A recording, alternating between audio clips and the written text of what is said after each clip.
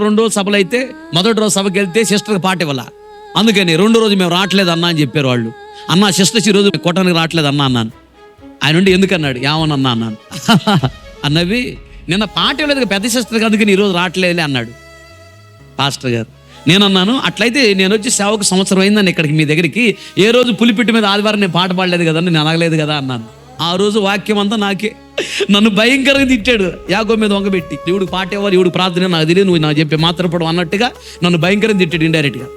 ఆ రాత్రి అన్నం కూడా తినలా నేను, కన్నీళ్ళు పెట్టుకొని ఏడ్చుకొని మౌనంగా ఉన్నాను. ఒకవేళ ప్రభువు నన్ను అలా సేవకుడు ద్వారా మాట్లాడిచ్చాడేమో అని నేను ఆయన మీద కోపం పెట్టుకోలే. ప్రభు అలా మాట్లాడిచ్చాడేమోలే, నేను ఏడ్చుకోవడం కొరకు నాకు సహన ఓర్పు పరీక్ష ఇది అనుకొని ఏడ్చుకొని అన్నం లేదు. రాత్రి మౌనంగా ఉన్నా, వచ్చి కాముగా ఏడ్చుకుంటూ పడుకున్నా మౌనం. ఆ రోజు తెల్లవారుజామున కలలో ఏసన్న గారు వచ్చాడు. వచ్చి అంటున్నాడు, ఏంట్రా అలిగేవా, బాధపడుతున్నావా అన్నాడు. అన్న లేదన్నా అంటున్నాను కలలో.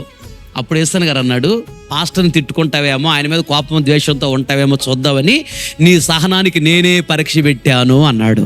నేను పెట్టిన పరీక్షలో నువ్వు పాస్ అయ్యావు అన్నాడు. ప్రజలాడు హల్లెలూయా. ఆ తర్వాత ఇన్ఛార్జిగా పాలకొల్లుకి వెళ్ళాను, దీవించబడ్డాను. అక్కడి నుంచి నెక్స్ట్ సెంట్రల్ పాస్ట్ గూడూరు వెళ్ళాను. అక్కడి నుంచి గోరంట్ల సెంట్రల్ పాస్ట్కి వచ్చాను. దినదినం అభివృద్ధి.